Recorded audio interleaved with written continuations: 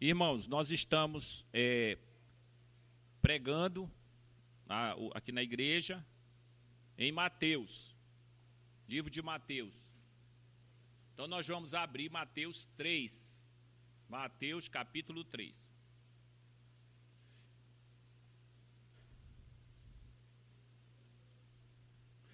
O livro de Mateus, Mateus capítulo 3, verso de 1 a 12. Eu lerei o texto, os irmãos acompanhem, para os irmãos terem uma noção desta leitura. Mateus 3, de 1 a 12. Amém? Naqueles dias apareceu João Batista, pregando no deserto da Judéia, e dizia: arrependei-vos, porque está próximo o reino dos céus.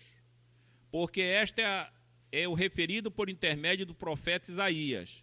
Voz do que clama no deserto: preparai o caminho do Senhor, endireitai as suas veredas. Usava João vestes de pelo de camelo e um cinto de couro, e a sua alimentação era gafanhotos e mel silvestre. Então saíam a ter com ele Jerusalém, toda a Judéia e toda a circunvizinhança do Jordão, e eram por ele batizados no rio Jordão, confessando seus pecados.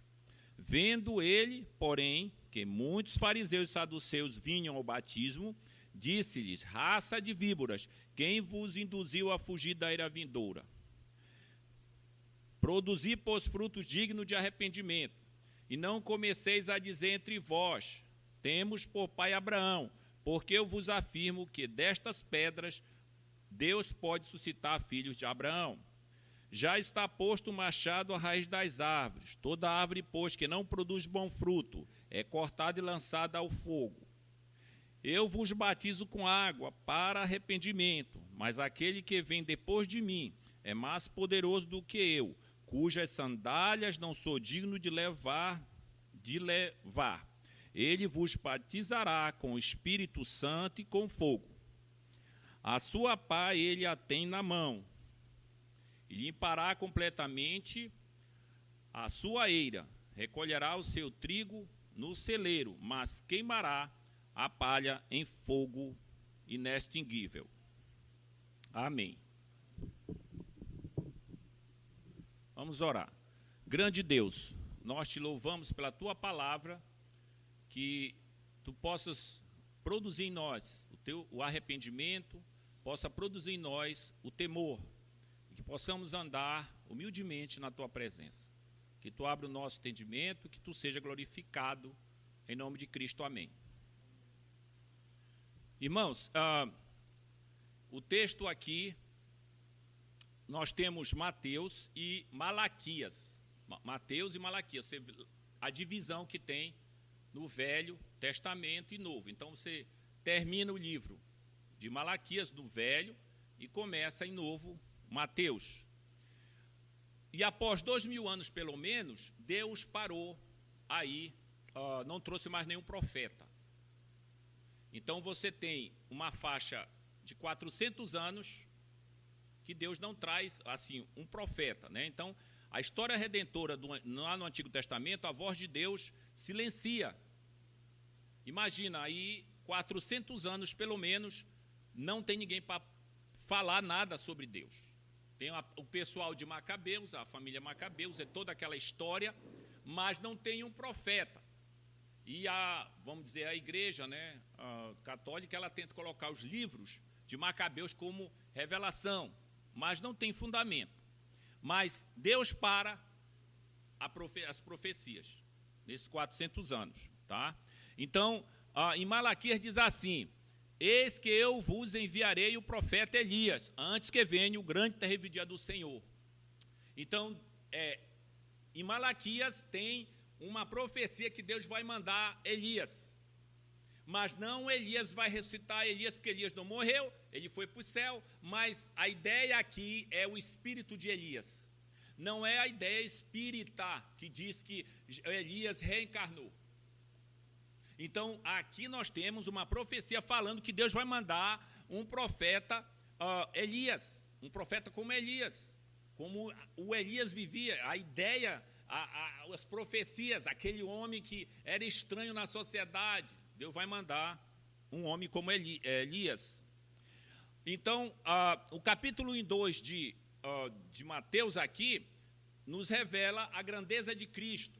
Nós vimos aí, já os irmãos pregaram também, falando sobre os magos, sobre a vida, Jesus indo para o Egito, né? Jesus voltando, a morte de Herodes. Então, o capítulo 1 e 2 vai tratar desses assuntos. E nós vamos entrar no capítulo 3.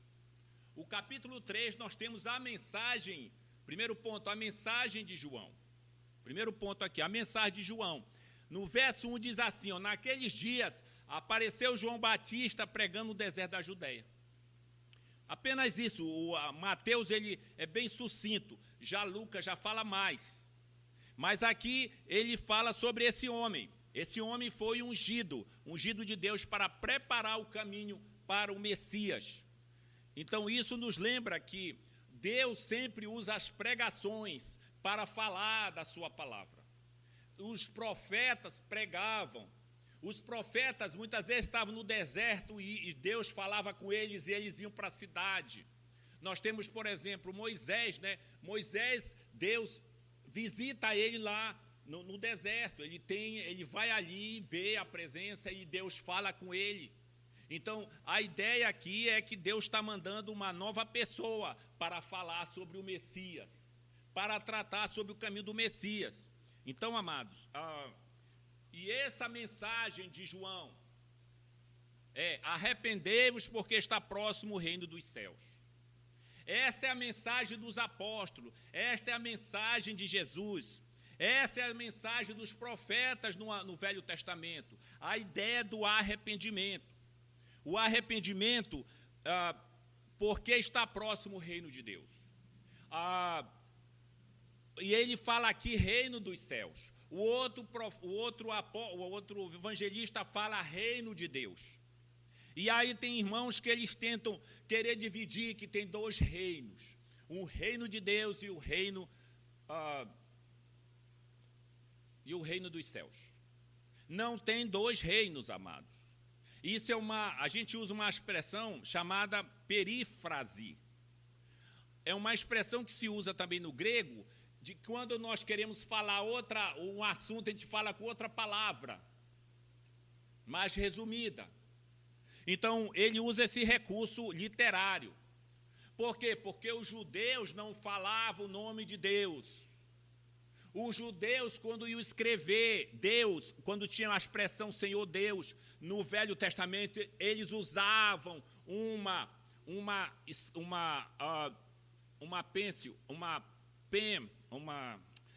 caneta de ouro, porque aquele nome era sagrado. Então eles usavam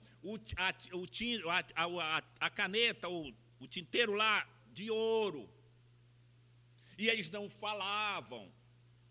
E quando eles estavam conversando, o que eles falavam? Eles diziam o nome, e o judeu já sabia. O nome era o Yahvé. E essa expressão, o nome, Yahvé, que nós, quando vamos transliterar no hebraico, Yahvé, essa expressão o judeu não sabe, ele esqueceu, porque eles não falavam. Então, Mateus era um judeu, e ele sabia que ele não podia falar reino de Deus, e ele tinha que dar uma perífrase, reino dos céus. Então, é só para os irmãos entenderem que a ideia de Mateus é a mesma coisa, reino de Deus, reino dos céus. Então, eles falavam isso, Mateus falava isso. E o Batista ia pregando para que os homens se convertessem, e só quem aparecia lá eram os gentios. Os gentios que iam lá com o Batista. E quando os fariseus e saduceus iam lá, era apenas para observar e falar, delatar lá para as outras autoridades. Então, os gentios estavam lá. E o João Batista falava: arrependei-vos, porque está próximo o reino dos céus. Isto é, essa palavra arrependei-vos, é uma palavra forte. A ideia dessa palavra é uma conversão radical. Qual a ideia de conversão? Você pega um caneco e está assim, de cabeça para baixo, e você faz isso. Então, a conversão é essa ideia, é uma mudança. E essa conversão é radical. Por quê? Porque é o abandono do pecado, né? Você abandona o pecado, aquilo que intoxica a sua alma, você tem que abandonar. A conversão direciona a sua alma para aquilo que é bom, aquilo que agrada a Deus. Então, o arrependimento é a grande manchete, é a grande notícia que Deus tem para nós. Nós temos que nos arrepender. E João Batista pregava isso. O arrependimento exige pelo menos a mudança em 3 áreas. A pessoa diz que me arrependi, mas tem 3 áreas que mostram que houve arrependimento. A primeira área é a razão. O cristianismo não é uma religião de idiotas, não é uma religião de dementes. Ele usa a razão. Qual é a ideia da razão? O arrependimento significa mudar a mente, as ideias, os conceitos, e traz uma nova luz para a mente. Uma pessoa arrependida compreende que o pecado é maligno, usa a razão, sabe que o pecado tem consequências, usa a razão. Portanto, como ele usa a razão, ele foge das consequências do pecado e, sobretudo, do pecado. Então, o arrependimento mexe com a razão. Então, o arrependimento fala dos frutos do arrependimento. Só podem produzir frutos alguém que recebeu a luz da verdade na mente, que entendeu que o pecado é algo mau, que não agrada a Deus, que Jesus morreu pelo pecado. A segunda área é a emoção. Nós somos feitos de emoções. Você que está aqui, você foi feito nas emoções do seu pai e da sua mãe, se não houve estupro. Então, as emoções, significa o quê? Que o arrependimento, né, você sente tristeza quando você peca, quando você desobedece a Deus. Então, o arrependimento mostra que que mexe nas suas emoções. Então, é demonstrado um profundo pesar por ter ofendido a Deus, por ter se afastado de Deus, por ter feito coisas, e você fica triste. Se você pudesse voltar, você não faria. A tristeza, segundo Deus, vai produzir vida e não morte. Então, quando você se arrepende, você está emocionalmente envolvido de que você desagradou a Deus, de que você fez coisa que não devia. E Deus quer que você se arrependa. A igreja não é um local, não é uma fitness. A igreja é um hospital. A igreja é um local que nós devemos ser abençoados pelo Senhor para sermos transformados na nossa vida. E ele envolve o arrependimento. Então mexe nas emoções, você fica triste. Por que fez isso? Por que causou isso? Porque você fica perturbado, mas você tem que buscar ao Senhor para Deus dar paz. Mas também mexe na terceira parte, a vontade. O arrependimento significa dar meia volta, mudar de direção, obediência. Então, se a Bíblia fala que eu tenho que me arrepender dos meus pecados, eu tenho que obedecer. Não existe arrependimento sem obediência. Aqueles que verdadeiramente se arrependem não vivem mais na prática do pecado. Não quer dizer que você não vai pecar, mas você não vive mais na prática. Não mais escravo do pecado. Não vive mais com o pescoço preso à coleira do diabo. O arrependimento significa abandonar o pecado para deleitar-se com a santidade. significa deixar o reino das trevas e ir para a luz. O arrependimento tem a ver com atitudes e não com sentimento. Atitudes não é aquilo que falamos apenas, mas aquilo que fazemos. É arrependimento.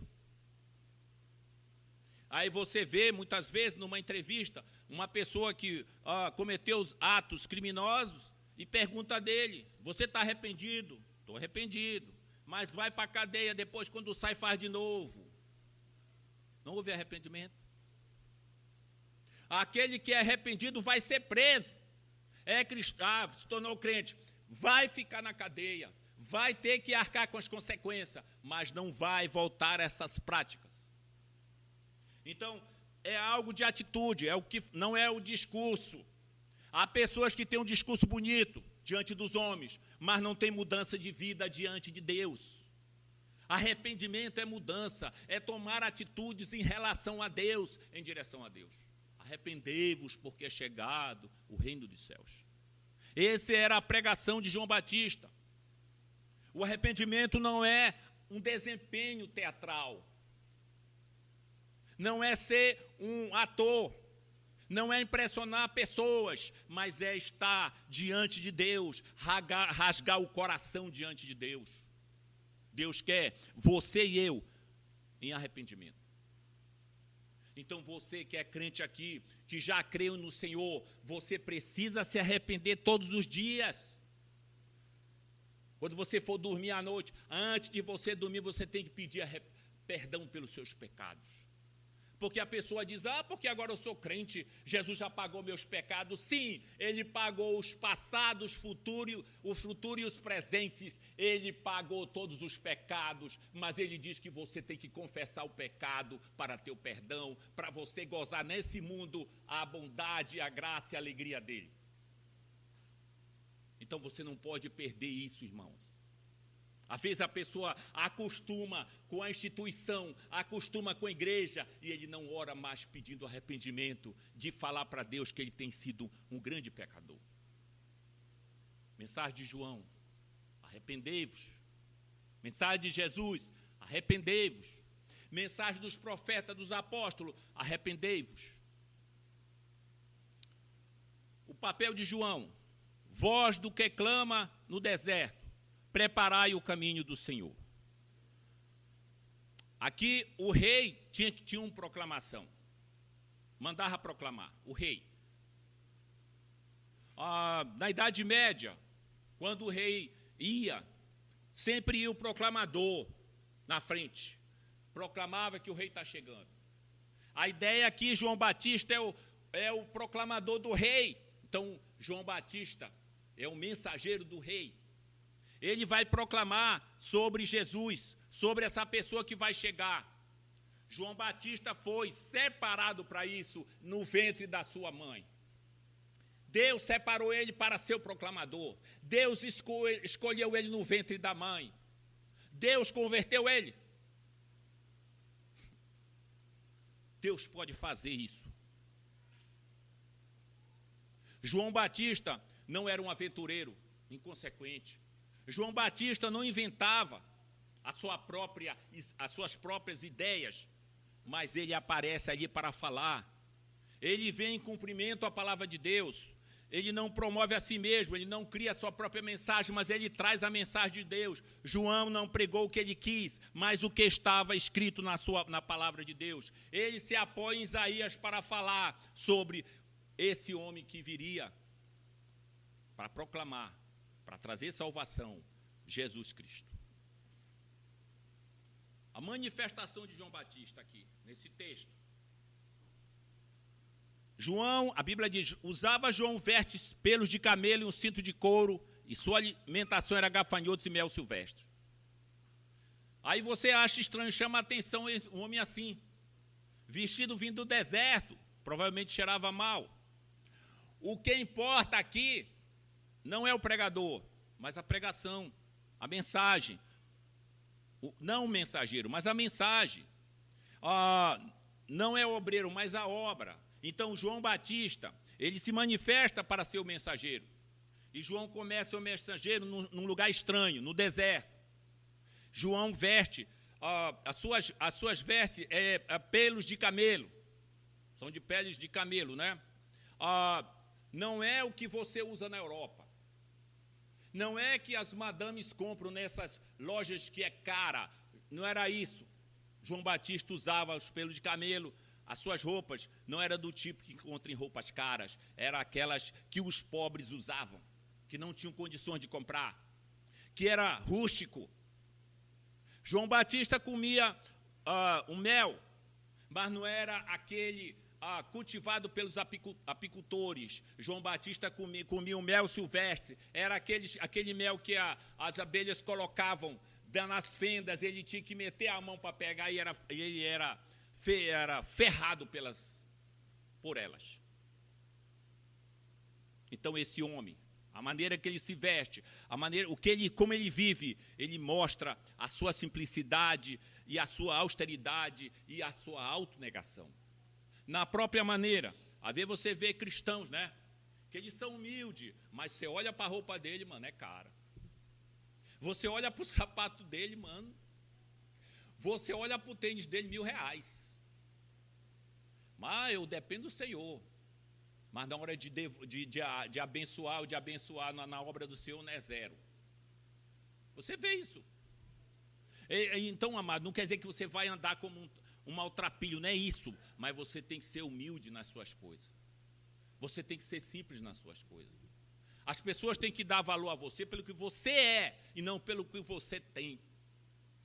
E as pessoas não davam valor para João Batista, mas aqueles pobres, aqueles homens pecadores, sabiam que aquele homem tinha uma mensagem. Então ele saiu de Jerusalém para ter com ele toda a Judéia e Samaria, e Judá e Jordão, e iam lá com ele para serem batizados.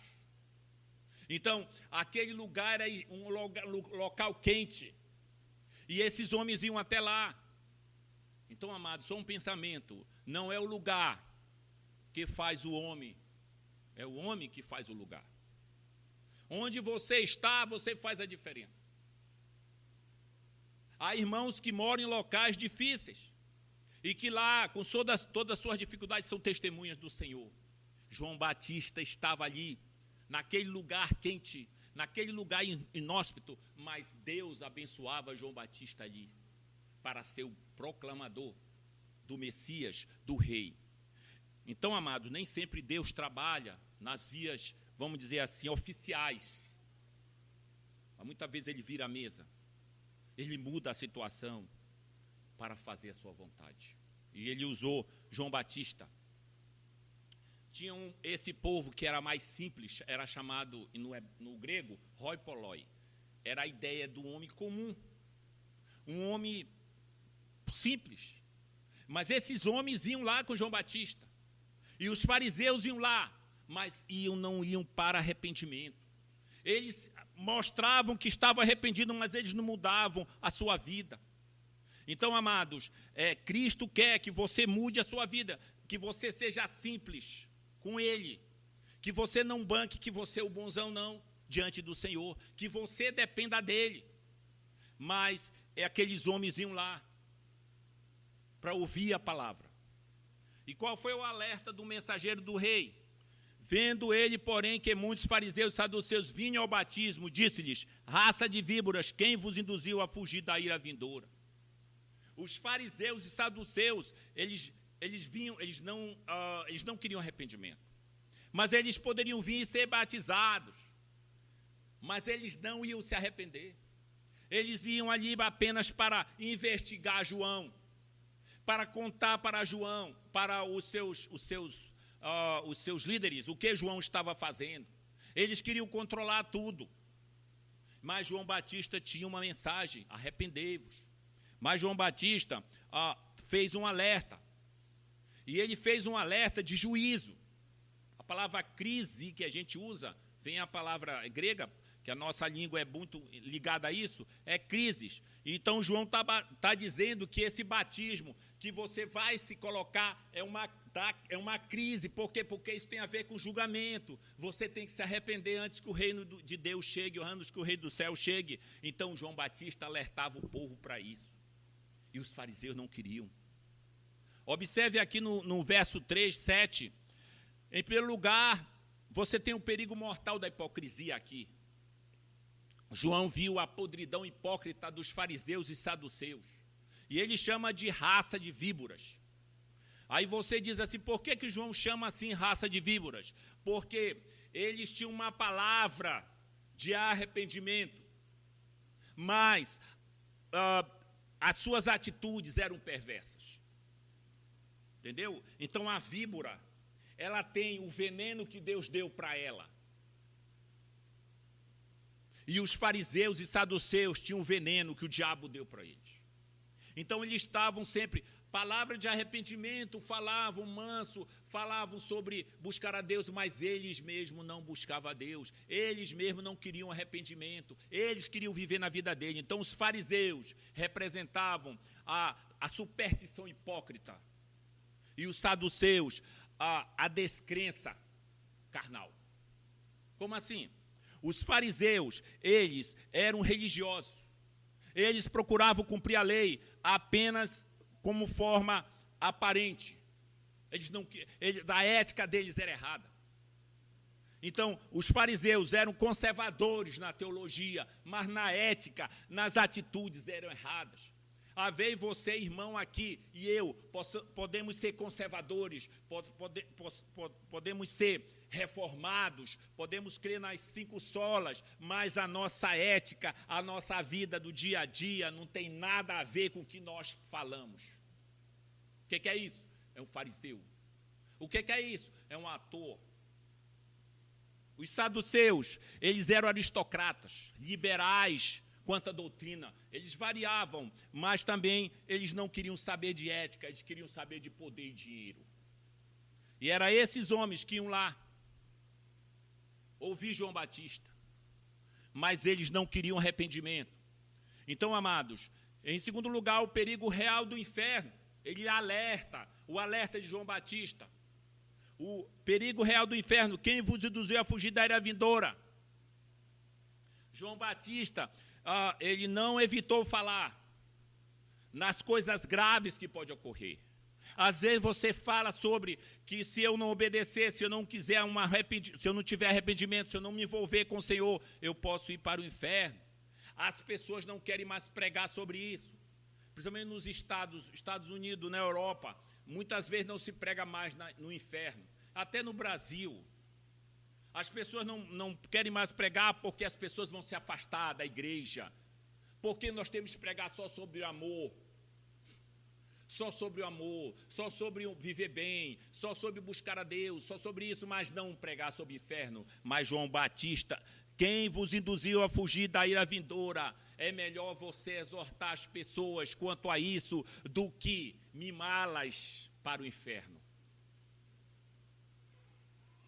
O pastor Spurgeon, que já morreu há muitos anos, né, no século, lá em 1800, e ele dizia o seguinte: muitas vezes a igreja está acariciando os bodes para o inferno. Nós temos que falar o que a Bíblia diz. Produzir, pois, fruto digno de arrependimento, e não comeceis a dizer entre vós, temos por pai Abraão, porque eu vos afirmo que destas pedras Deus pode suscitar filhos a Abraão. Em terceiro lugar, aqui nessa área, perigo do falso arrependimento. Ele fala produzir, pois, frutos dignos de arrependimento. A palavra arrependimento, no original, é metanoia.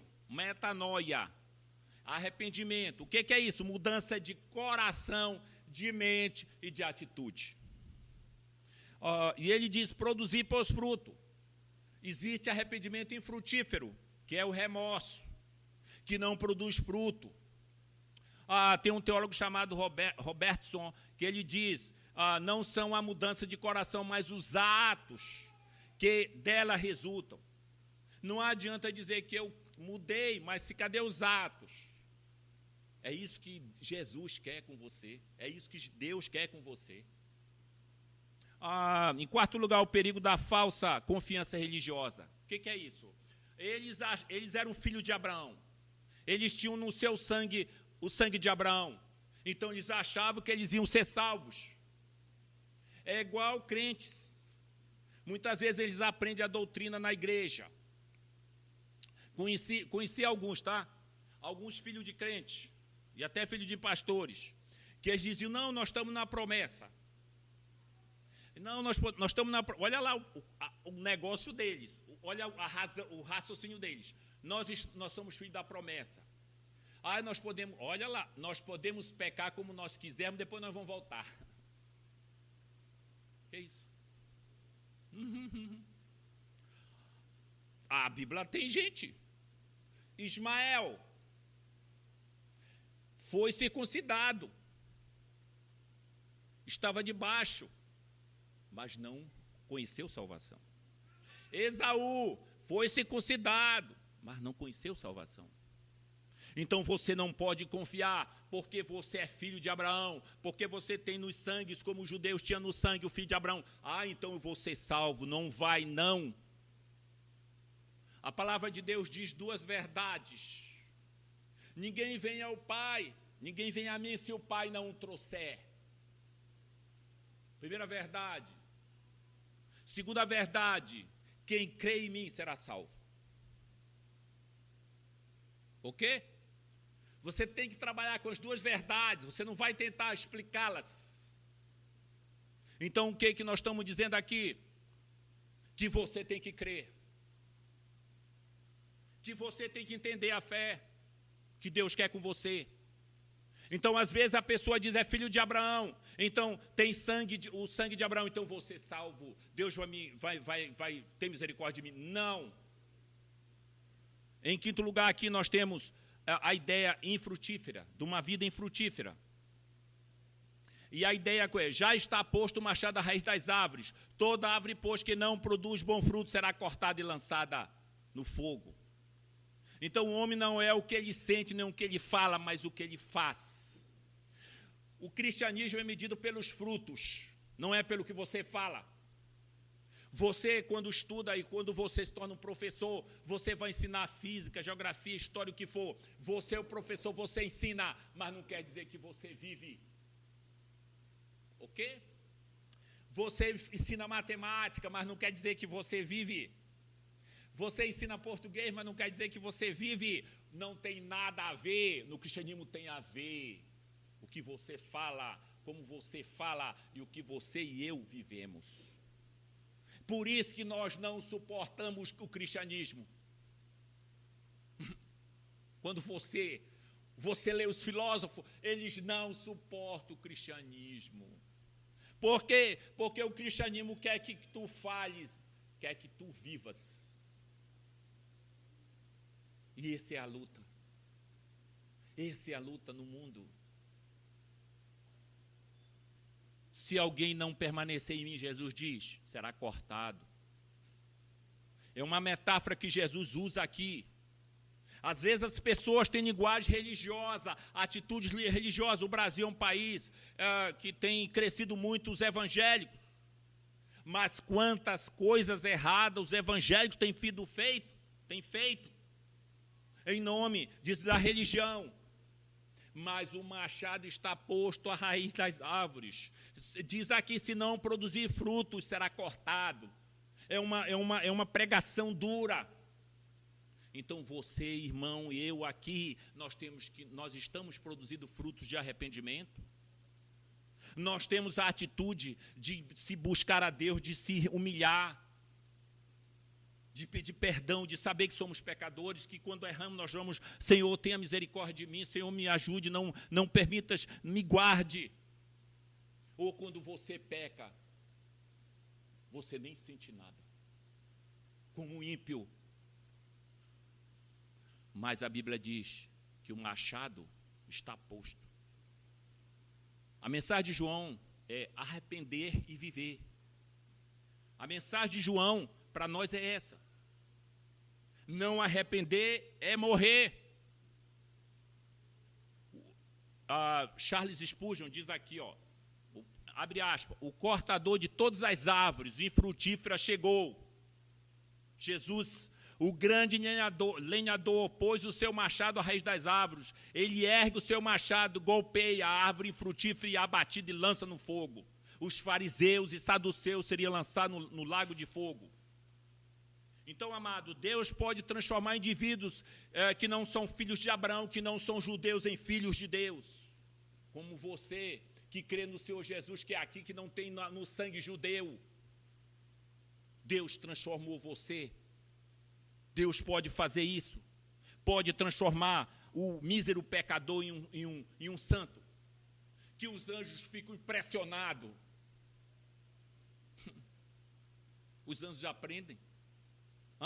A pessoa, um anjo. Não, um anjo é limitado. Eles aprendem com a igreja de que Deus pega pecadores e transforma em santos, em filhos.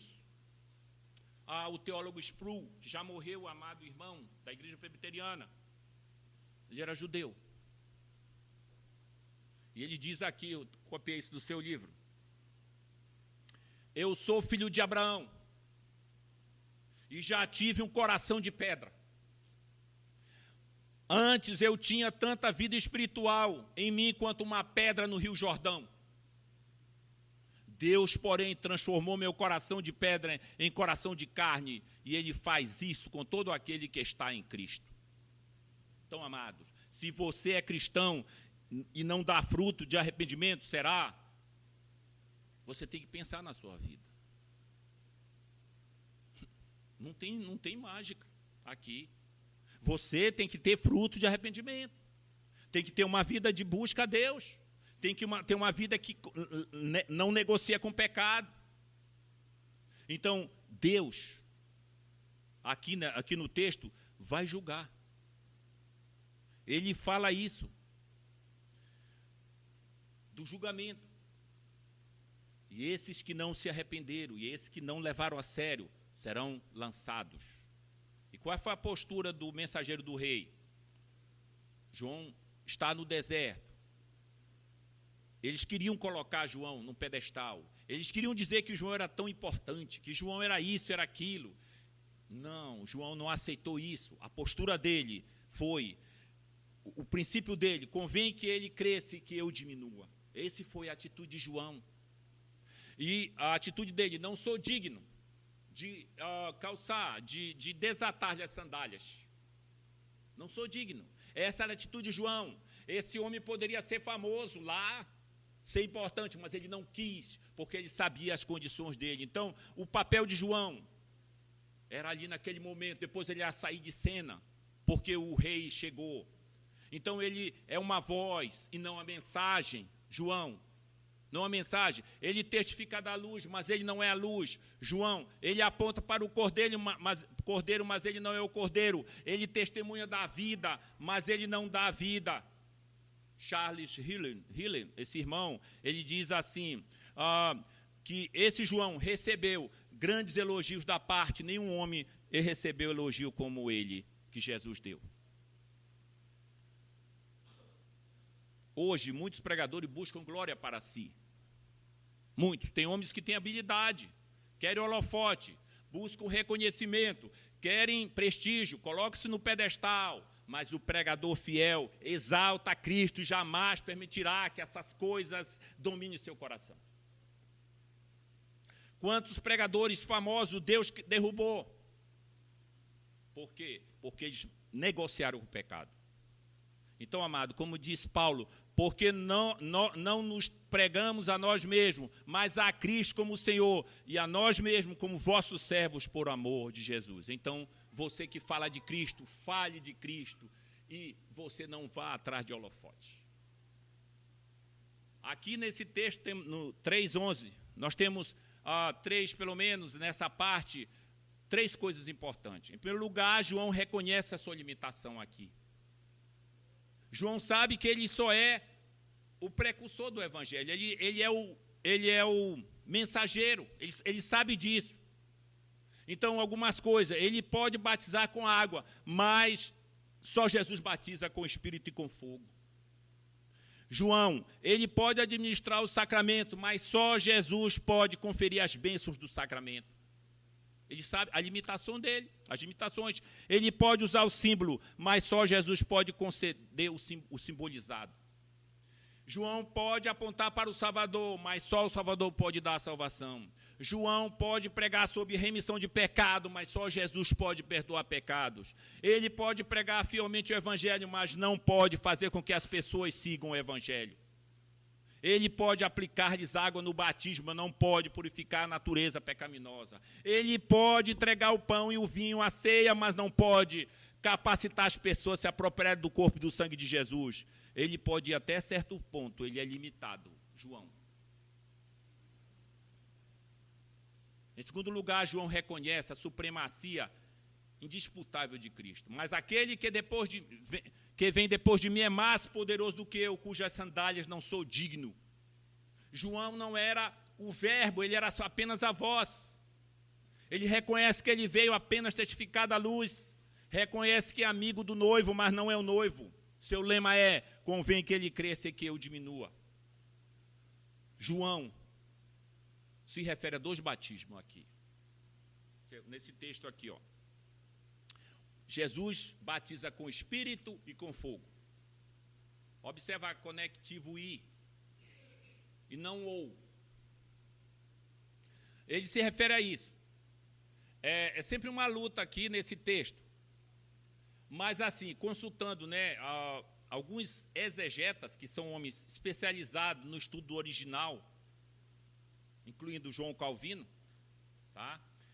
A gente consultando aí, né, para a gente ter mais base, e não dizer, o Espírito Santo me revelou isso. Não. Deus revelou a sua palavra, tá? Você vai estudar, vai ler, vai ver o que a história da igreja, o que os pensadores lá no passado cristão falaram, e você vai construir. Você e eu não somos originais. O original é Deus. Então a gente aprende com outros. Aí esses irmãos que dizem assim, não, o Espírito me disse, é como se eu não tivesse que aprender com outros. Então eu estou falando aqui de um assunto que eu já lendo, pesquisando, ok, irmãos? Aí a gente vai tendo uma noção sobre o batismo do Espírito com fogo, batismo com o Espírito Santo e com fogo. O João Calvino diz, a palavra fogo é acrescentada como um epiteto. Essa expressão aqui, epiteto, não é um negócio de espeto. O que é epiteto? É uma qualificação elogiosa. Assim, você se refere ao Espírito Santo como o óleo, epiteto, ok? É uma qualificação. Então, o batismo, a palavra fogo aqui, o que ela faz? Ela purifica, ela remove, ela como se fosse purificando o ouro. Então, ele usa a ideia de purificação. Robertson, que é o teólogo, ele diz que o Espírito e o fogo estão unidos por uma preposição como se fosse um batismo duplo. Ele vos batizará com Espírito ou com fogo? Não, mas Espírito e com fogo. De Carson, ele diz, a preposição i governa tanto o batismo com Espírito quanto o batismo com fogo. E sugere um conceito unificado. Entendeu, amados? É uma coisa só. William Hendricks, é verdade que toda vez que uma pessoa é retirada das trevas e posta na maravilhosa luz de Deus, ele está sendo batizado com Espírito e com fogo. Então, não estou aqui, a opinião do Melquíades. O fogo aqui é uma imagem de juízo, mas do juízo misericordioso, que purifica e limpa como o fogo do ourives. Champlin, que é um homem que escreveu 20.000 páginas aí, só pegar os livros dele, esclarece dizendo que a interpretação mais comum do batismo com fogo é que ele indica o caráter do batismo com o Espírito, ou seja, o fogo tanto limpa, purifica, como destrói o mal. Na mesma linha, Sproul, esse irmão presbiteriano, teólogo, que tem livros sobre isso, teólogo, diz que esse fogo limpa, purifica, produz o mesmo que o crisol, o ouro puro da santificação. Então, este fogo nos limpa, nos purifica e produz mesmo que o crisol, o ouro puro. Então, amados, Jesus faz isso. Ele batiza você com Espírito e com fogo. Ele coloca você no corpo de Cristo. Agora você tem que buscar dia a dia ser enchido pelo Espírito, para você gozar da sua bondade nesse mundo.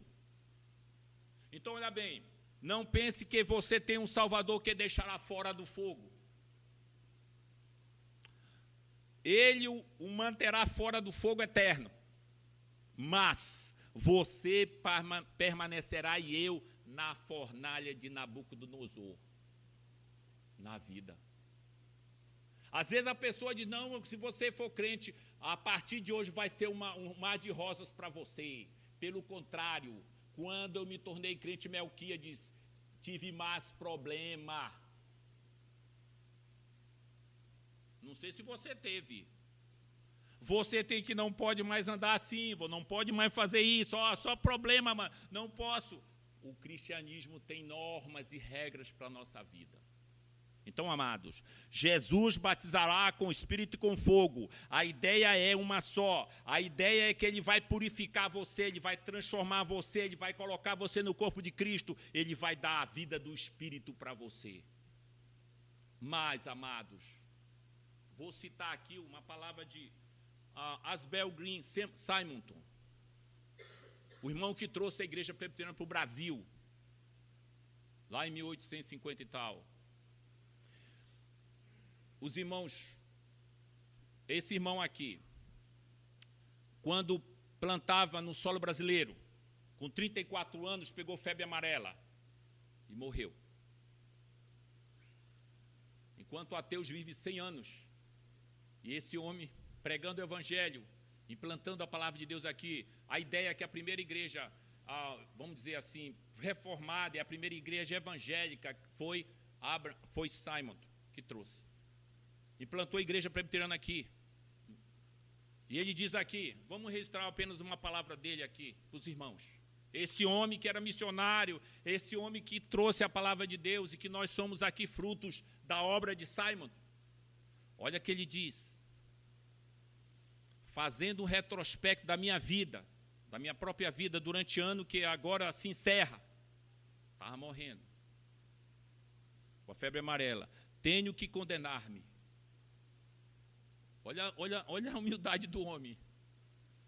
Posso indicar algum trabalho que fui feito da melhor maneira que pude, mas será que progredi na direção do céu? Será que o trabalho que eu estou fazendo, eu estou progredindo em direção ao céu? E aqui eu me sinto em falta. Não posso ir além da prece do publicano, ó Deus, ser propício a mim, pecador. Será sempre assim comigo? A própria pressão e atividade da vida exterior tem empanado a minha comunhão com aquele para quem esses mesmos serviços são feitos? Quantas vezes minhas devoções são formais e apressadas ou perturbadas por pensamentos e planos para o dia? E pecados, muitas vezes confessados, lamentados, têm mantido seu poder sobre mim. Quem me dera um batismo dia a dia do Senhor, para transformar a minha vida. O irmão está morrendo e sabendo que não serviu ao Senhor como devia. Então, amados, nós devemos servir ao Senhor. O meu filho, que é o Daniel, perguntou de mim semana passada, retrasada, meu papai, a gente vai ter galardão? Eu digo, vai. Qual é o teu, Daniel? Tu não vai, uma vez tu não quer ir na igreja, não quer ler a Bíblia e tal, ora e tal, mas tem que fazer alguma coisa para o Senhor. Tu acha que o teu galardão vai ser igual ao de Paulo? Não. Ele diz, não. Ele pensa, não. Não, Então nós vamos ter galardões, vamos ter presentes. Não tem nada a ver com salvação, não. Deus salvou você. Mas Ele quer dar presentes. Então o que você fizer para o Senhor, você vai ter galardão. Então, amados, por mais, às vezes tem os irmãos amados de outras igrejas, E às vezes chega às vezes, às vezes chegava faz tempo, mas chegava alguém comigo e dizia, Ah, irmão, aquele irmão é muito exagerado. Ele quer buscar Deus lá na montanha, não sei o quê. Aqui não tem nem montanha, né? Quer que é planície, Manaus, Amazônia, né? E aí, se eles inventavam lá uma montanha, ele ia buscar Deus lá. Eu digo, vem cá, e tu está fazendo o quê? Ah, não, eu estou indo na igreja. Eu digo, não, amado, não é para tu. Tu tem que buscar a Deus, para Deus transformar a tua vida, para Deus encher do Espírito, para tu ser um pregador, para tu levar a palavra de Deus, para tu abençoar outros. Tu diz que está errado e você está fazendo o quê? Observa o Simon, estou aqui, já morrendo, e dizendo, será que eu fiz o certo para o céu? No sentido não de salvação, mas de obra para o Senhor. Então, amados, em último lugar aqui, nós temos o perigo de retardar o arrependimento. No verso 12, a sua pá e e ele a tem na mão, a limpará completamente a sua eira, recolherá o seu trigo no celeiro. A pá aqui, no judeu, o nome é joeira. O nome da pá é uma joeira. O que era? Era um instrumento para separar trigo e joio. Então você jogava para cima e o vento levava o joio. E o trigo caía porque era mais pesado. E ele fala que que Deus tem a joeira, ele tem a pá. Então, com esse instrumento, ele vai separar o trigo do joio. A igreja visível, ela tem o trigo e o joio. Ela tem o crente e o não crente. Ela tem o santo e o ímpio. E quem vai fazer essa separação é Cristo. Ele tem o cabrito e as ovelhas. É Jesus que vai separar. Então nós não devemos achar que aquele lá, não, acho que ele não é muito crente não. Aquele outro é um crente bom. Esse outro, não, você não pode ser juiz aí. Quem é juiz é o Senhor Jesus, ele é que vai separar. Você e eu temos que cuidar de nós mesmos, das nossas vidas, da nossa obediência ao Senhor. Então, amados, você tem que ver na sua vida, arrepender, não deixar um machado chegar, mas se arrepender antes que o machado chegue na sua vida. Então, uma aplicação aqui. Qual é o grupo que você pertence? O joio ou o trigo? Qual é o corpo? Eu pertenço à igreja presbiteriana. Não. Não é isso não. Qual é o grupo que você pertence? Ao trigo ou ao joio?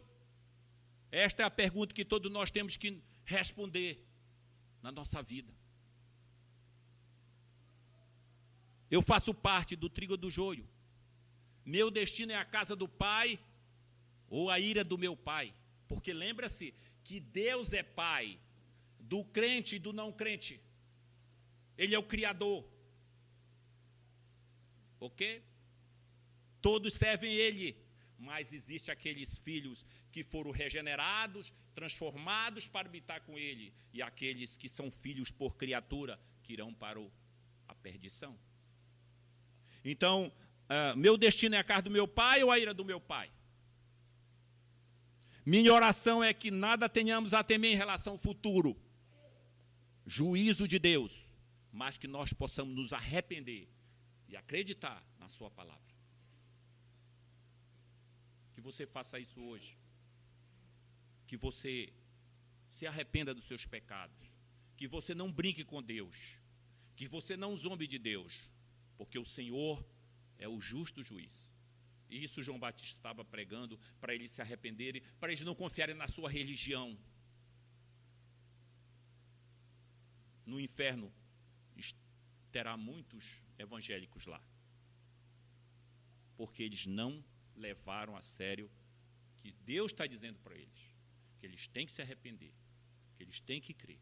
E se você já creu, já é filho do Senhor, que você continue buscando Ele, que você seja fiel a Ele, que você não brinque com Ele, que você saiba que o nosso Deus, o nosso Pai é terrível, o santo juiz, em que nenhum ser pode se aproximar, porque Ele é infinito.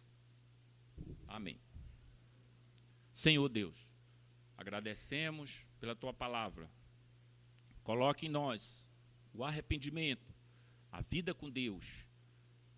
Que sejamos cheios do teu Espírito. Que sejamos inundados pelo Senhor. Que a nossa vida não seja a mesma a partir de hoje. Que nós possamos gozar dessa bondade de viver neste mundo, esperando o grande dia. Ó Senhor, livra-nos dos enganos. Livra-nos de sermos fariseus. Livra-nos disso, Senhor. E que nós possamos ser humildes em saber que só o Senhor é que pode mudar o nosso caráter e a nossa vida. Em nome de Cristo, amém.